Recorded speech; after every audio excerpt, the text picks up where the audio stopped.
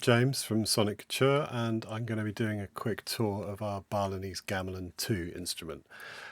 This has been recently completely rebuilt and redesigned with a fantastic new GUI, and we've never done a video walkthrough of this product before, so it's going to be interesting to do that now.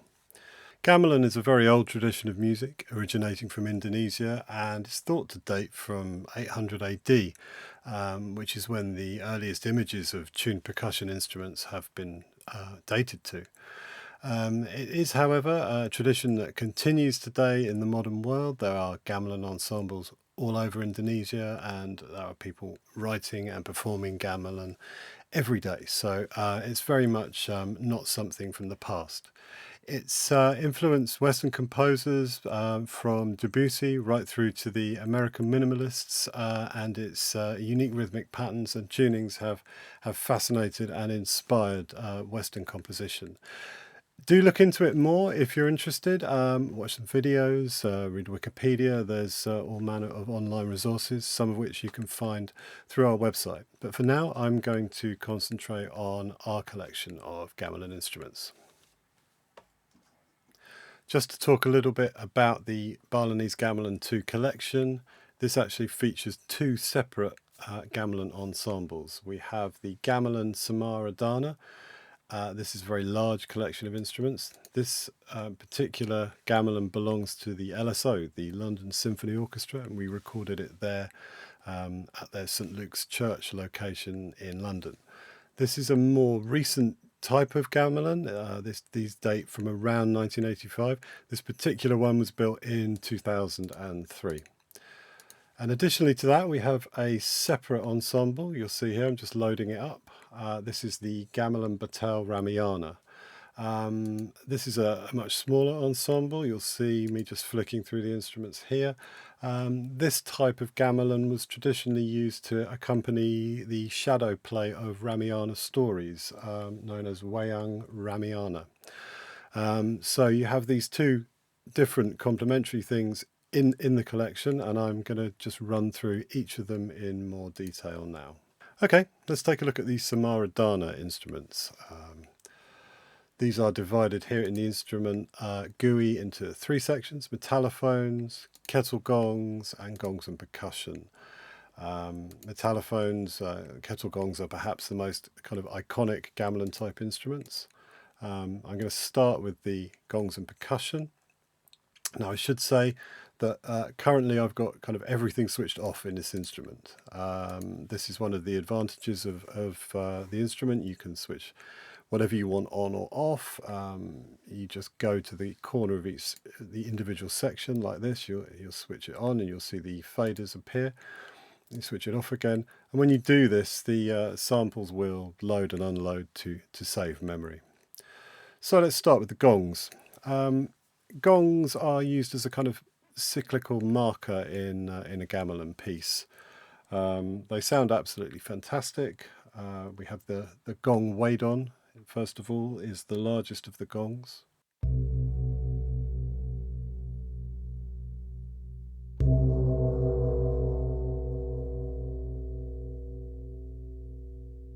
And then you have the gong Lenang.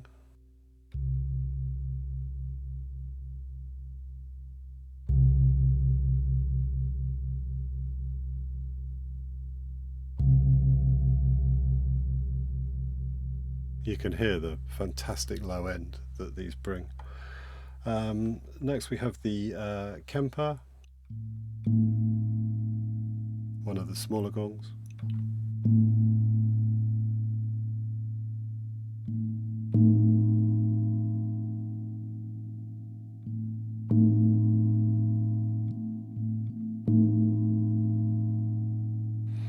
And finally this small one here, the Klentong.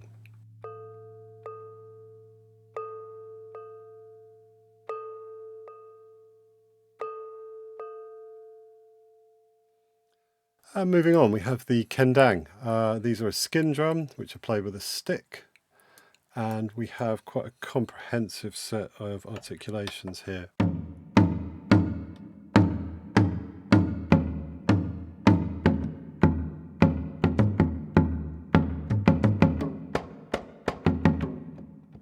if I enable our jammer, which is a generative arpeggiator, features in a lot of our instruments. It's quite a handy way of generating patterns, particularly for something like this.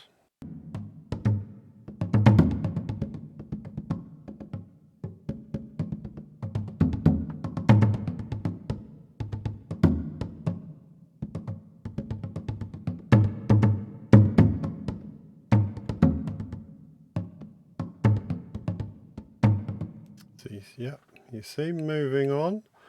I should say, about the kendang, there are quite a lot of articulations, as you see here in red at the bottom of the keyboard. You can choose where you put these with the key range, which is quite useful.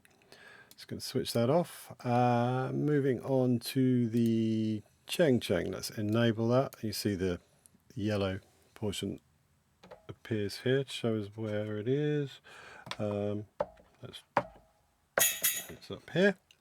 Now it sort of looks like a sort of a kind of frog or turtle. I think it might be a turtle, but it sounds like a hi-hat.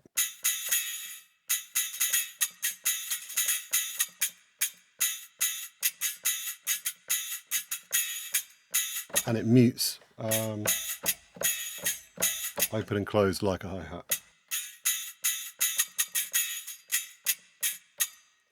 Okay, going to move on to the Kempli. Now this is small kind of gong mounted on a little stand, and this is used like a timekeeper in the gamelan. And it's a particular favourite of mine. If I can,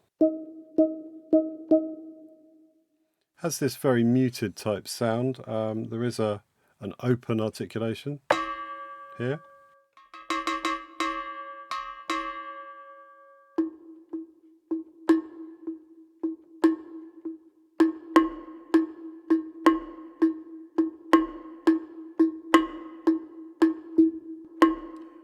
Moving on to the kajar. These are a pair of little handheld gongs, and they're right down the bottom here, marked out in orange.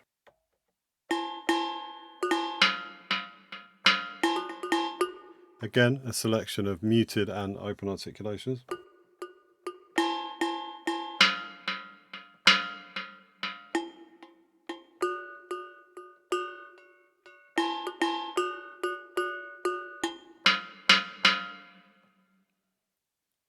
Okay, and finally the Gentarak. This is like a kind of beltry. Let's locate that. This is a single key. Found it. As I say, this is a beltry, and because you do have round robins in this library, you'll get a different result with this each time you play it.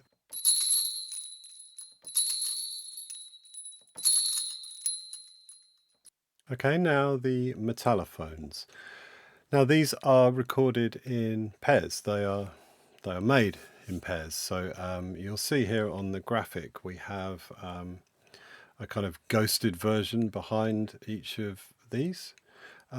These are in fact two separate instruments. We've recorded each of them separately in great detail, and if you switch them on, you need to switch where it says high and low. This is the high tuned member of the pair, and this is the low tuned member of the pair. You have an independent control for each instrument.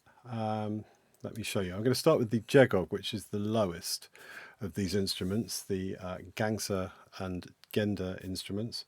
The jegog is the lowest. It's really huge, this thing. It's a great big lump of an instrument, and it sounds fantastic.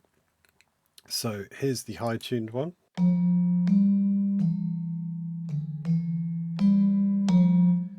You'll see if I switch on the low tuned one as well, you'll hear the pair together.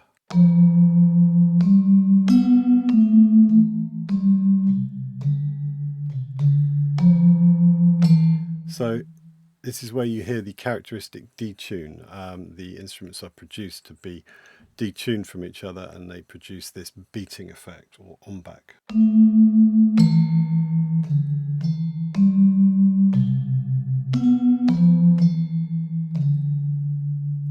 Now, all the or most of the metallophones and ringing instruments are characteristically muted and damped as you play in a gamelan orchestra. Now we have a key switch to do this muting and damping. You can also assign this to a MIDI controller, which is what I've done.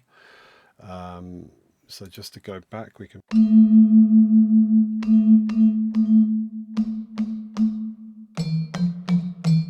So you can play a damped version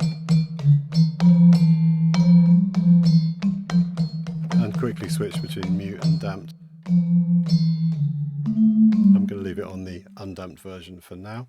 So that's the Jegog. As you see here, this is the range of it here, sitting in the green. I'm going to switch them off. I'm going to move along to the Chalang.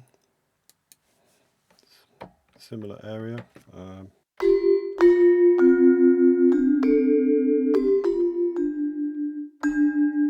As I say, yeah, you do have independent control. These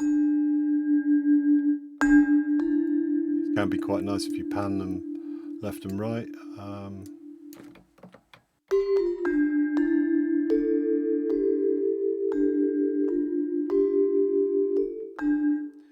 That's the Chalang. Switch them off. Penyaka.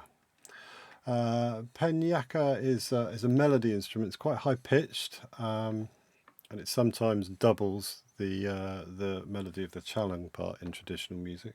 I just need to find that on the keyboard.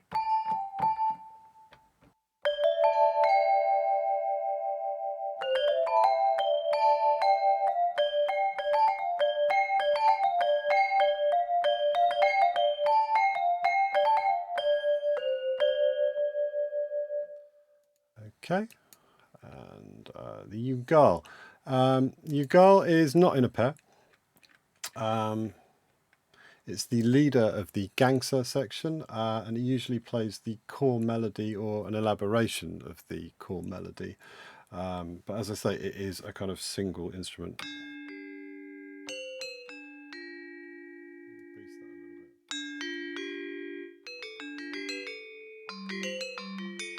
The Pomade. These usually fill out the Gangsa section with a kind of rapid texture of intertwining patterns. Here that's got a lovely shimmering sound.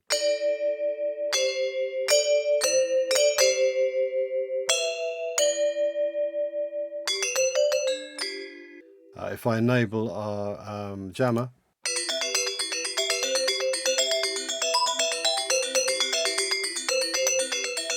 you can hear how that sounds played a bit faster. And finally the Cantillan. This is the highest pitch and the most brittle sounding of the Gangsa. It plays a similar part to the Pomade. Let's check it out.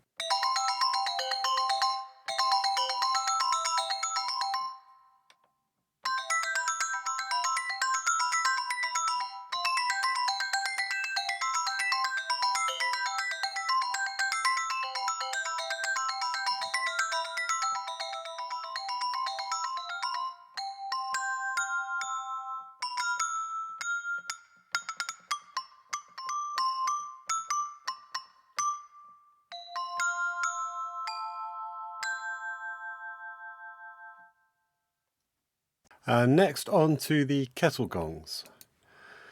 These are not paired instruments. There's two of them, but these are separate, different instruments, the trompong and rayong. They're used as a solo, melodic and decorative instrument within the ensemble. The rayong here, these are really large. To give you some idea, this is played by 4 musicians sitting cross-legged at it or kneeling at it. And so that gives you an idea of just how long this is. And now they are played by the 4 musicians quickly playing and damping the gongs as they go. This gives them a kind of slightly chordal effect, which is unique in gamelan music because everything else tends to be monophonic, but with the 4 musicians playing interlocking patterns, you get quickly occurring chords. Now we've sampled these with a key off. This is to this gives you the unique damping effect. So if I go to this panel here, you have control over that key off sample.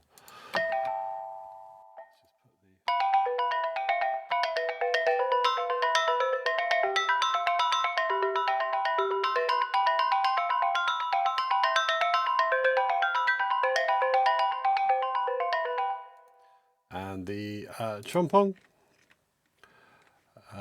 this is played by a single musician. It has fewer notes and is slightly lower in pitch.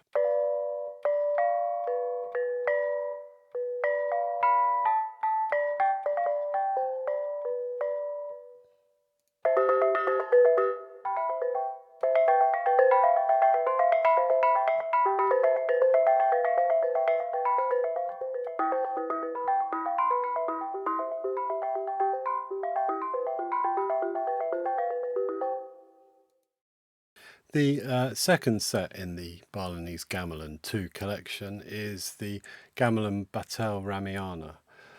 This is a much smaller ensemble, as I mentioned before. It's divided into gongs, and percussion and metallophones. So, to take you quickly through the gongs, we have a kempa, which is much smaller than the large gongs in the Samara Dana collection. It's here.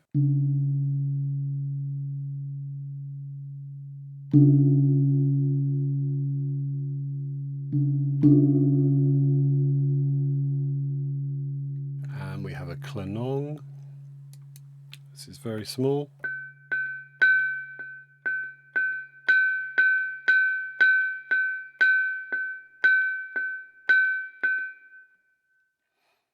We have a tower and a kajar. These are often used to create basic rhythmic patterns alternating against each other. There's the kajar and the tower.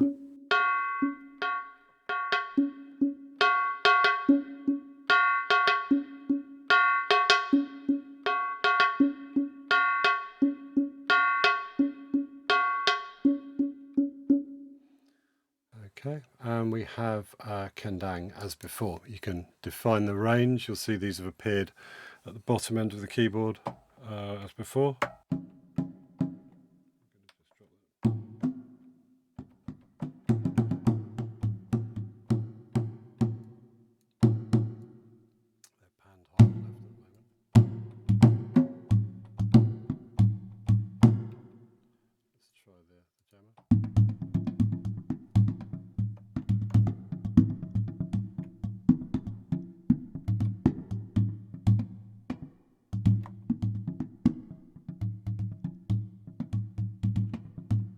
Very natural sounding drums. Okay, that concludes the gongs and percussion section. And onto the metallophones. Here we have just two sets of two pairs of metallophones in the Batel Gamelan, Cantillan and Pomade. They have a similar range of notes, but the Cantillan is pitched an octave above the Pomade. Let's take a listen to that. Switch on the high and low. Move all the way down here.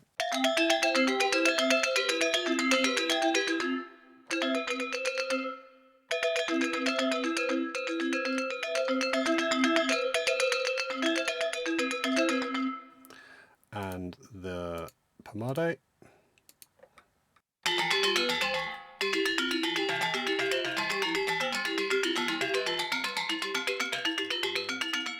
Just damp or undamp here with the controller.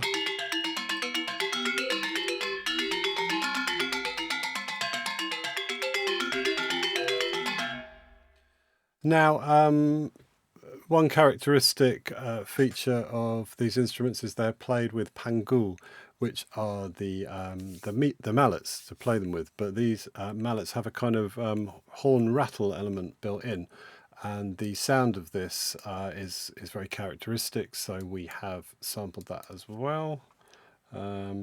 Just need to try and find it.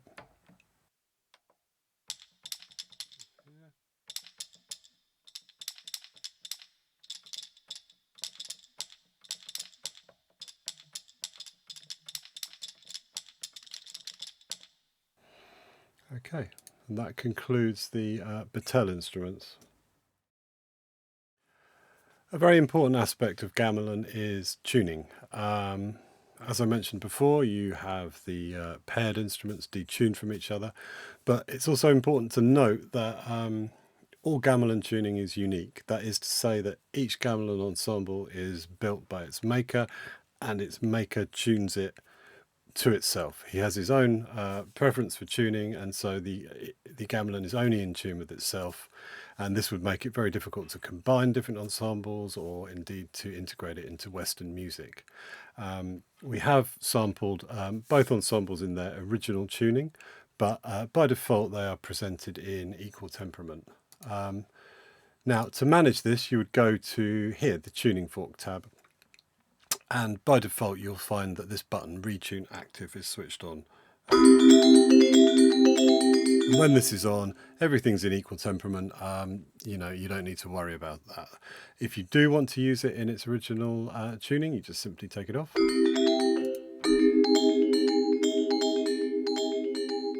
So you can hear that's a very, very pronounced difference right away. There are also lots of other Balinese type tunings. Again, to use these, you would need to just have this switched on.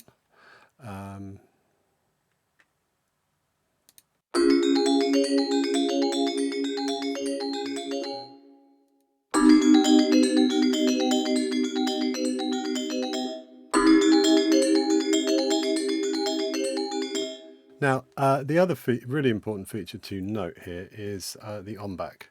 Now, this is the word for the beating, the detuned beating that you get between the paired instruments that gives the shimmering sound of the gamelan.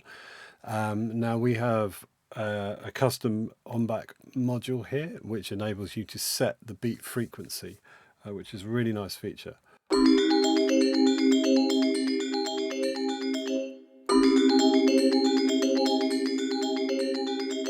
You can hear, you can get this up really high. You do need to just move the knob and then re-trigger notes to hear any changes you make. You can't modulate this in real time. You need to take it low.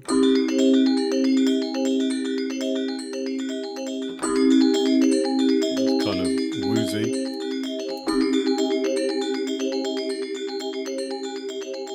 Yeah, that's a really interesting feature there. As I've mentioned before, and I've been using here and there, you have some generative tools in this instrument. These are our jammer and weaver. Now, jammer, as I mentioned, is a generative arpeggiator. So you activate these with the play button, which is always present on the GUI. So this is without, and switch it on. So just a quick overview, this is the preset wheel. So any changes you make down here in the settings, you can just store the current preset, and then you can make a collection of different presets which you can just step through with a controller or whatever, in such a way you can jam, hence the name. Now, at the moment this jammer is set in its basic mode, which is loop, and it just works like an arpeggiator.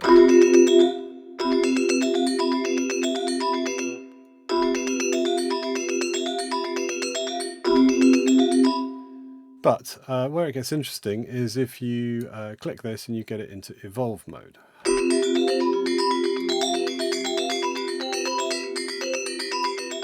So you have a whole bunch of different parameters. You can set how it will play and evolve randomly. This is the note, these are the octaves. You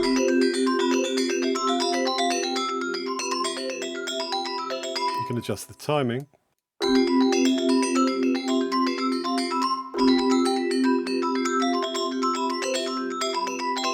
here, it starts to get a bit more interesting. Probably best at low values. You can also introduce gaps.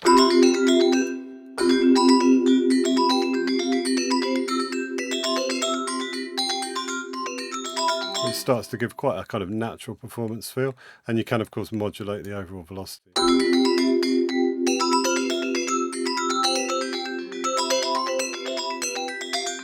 can also introduce swing.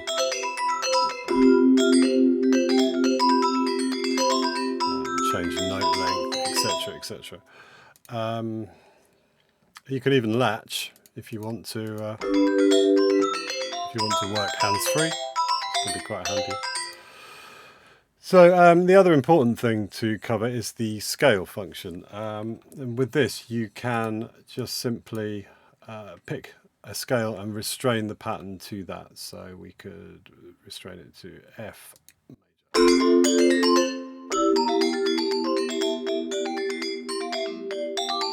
or B minor. In these modes, it doesn't matter where you play.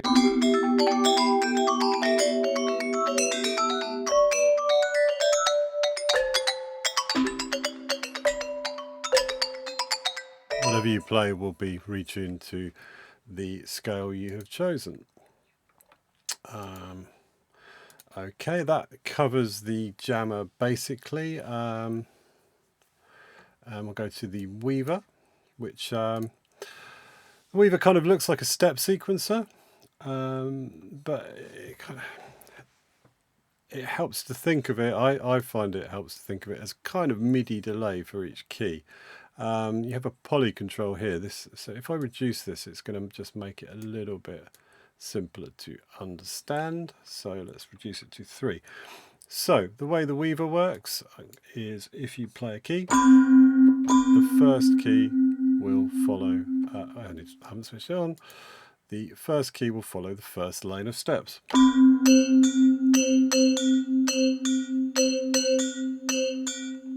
Fairly straightforward. If you were to then play a second key while holding the first,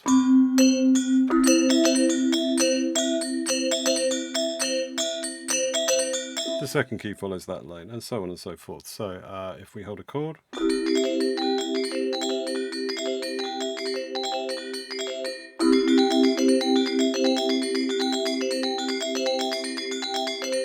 you can change the rate or the number of steps here, and you can control whether or not it jumps around in the octaves by changing the lane to the green lane here.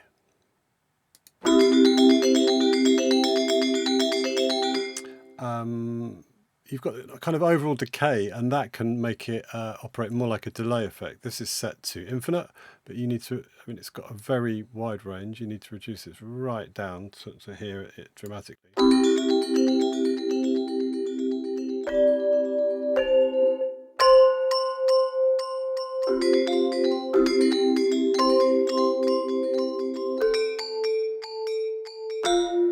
And you can hear it decay away, which is a nice effect.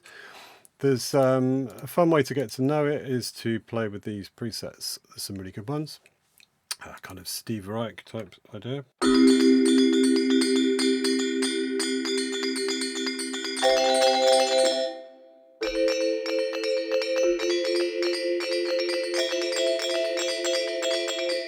Probably best to I just mute it.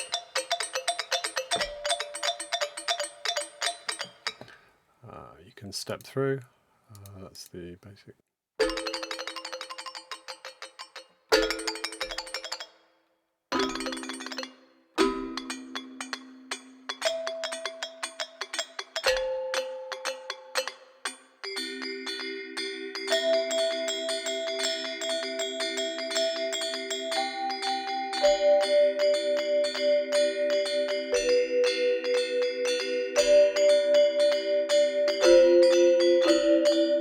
You get the idea. It's a lot of fun to explore and play with. Let's have a look at the other menu controls in Balinese Gamelan 2. This first tab, this is where you find the instrument selection here. But moving through, you've got an envelope section. These do affect everything globally. You've got velocity control.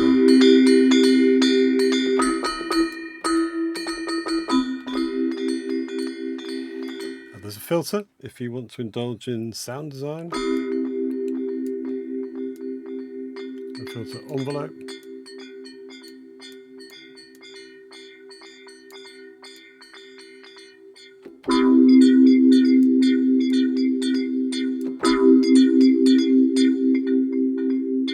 Okay, we won't get too engrossed in that at the moment. There's an LFO for further sound design. You can have pitch or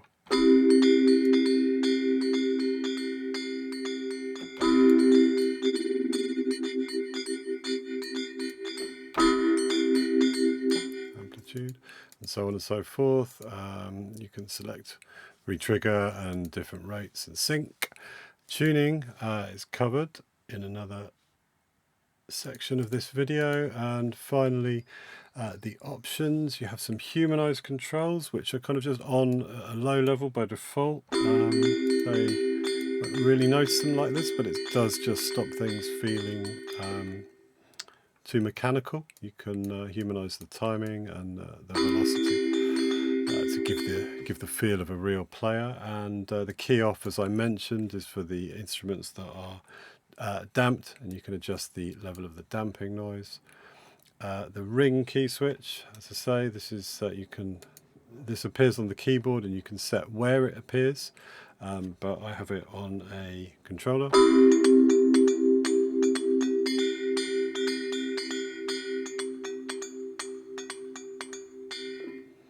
And this is the purge samples option. This is on by default, so that when you turn on any instruments, or rather turn them off, it will unload the samples. If for some reason you don't want it to do this, for example, in a live performance or something, you want to quickly switch instruments on or off, you would turn this option off.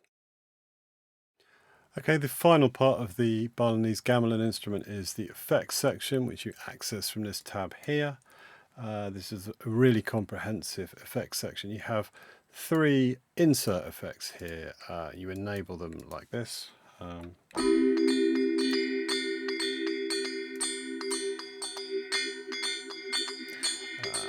And you can choose any effects you like from NI's selection here.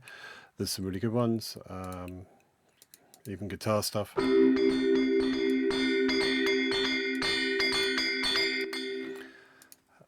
Moving on, there's a very handy 4-band EQ.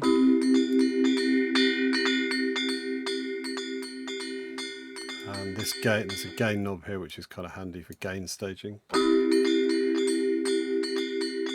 Stereo width. And a global saturation. But perhaps most useful here is the space processor, which features our custom selection of impulse responses, which we've built up over the years. And you can just click through these, find a reverb that works, or you can click. We've got All Saints Church.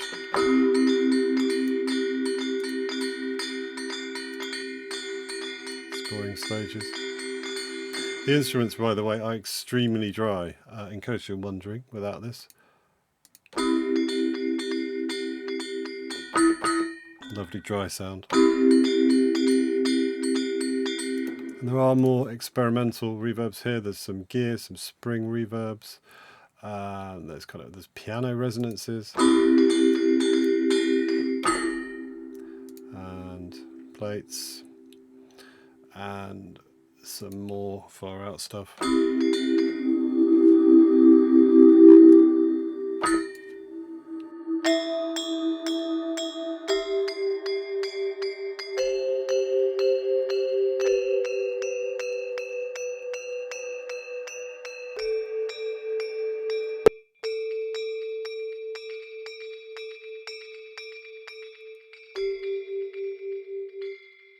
Okay, that concludes our tour of Balinese Gamelan 2.